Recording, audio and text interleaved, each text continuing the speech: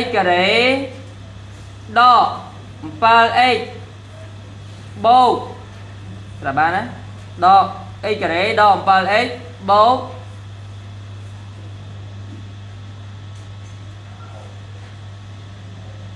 តាបូក6ចុះស្មើ0ឆ្លើយមកចឹងបើគិតចេញឆ្លើយ x អស្មើអី x ដឺស្មើអី x អស្មើ1 x ដឺស្មើ6 x អស្មើ1 x ដឺស្មើ6ត្រឹមត្រូវ x ការ៉េ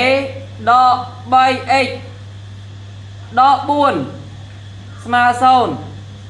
ម្ដងទៀតចុះ x ការ៉េដក 3x ដក 4ស្មើ0តើរបស់វា x អស្មើអី x ដឺស្មើអីគិតសិនហើយយើងឆ្លើយមកណា ហើយ x ស្មើដក1 x ដឺស្មើ4 ត្រឹមត្រូវ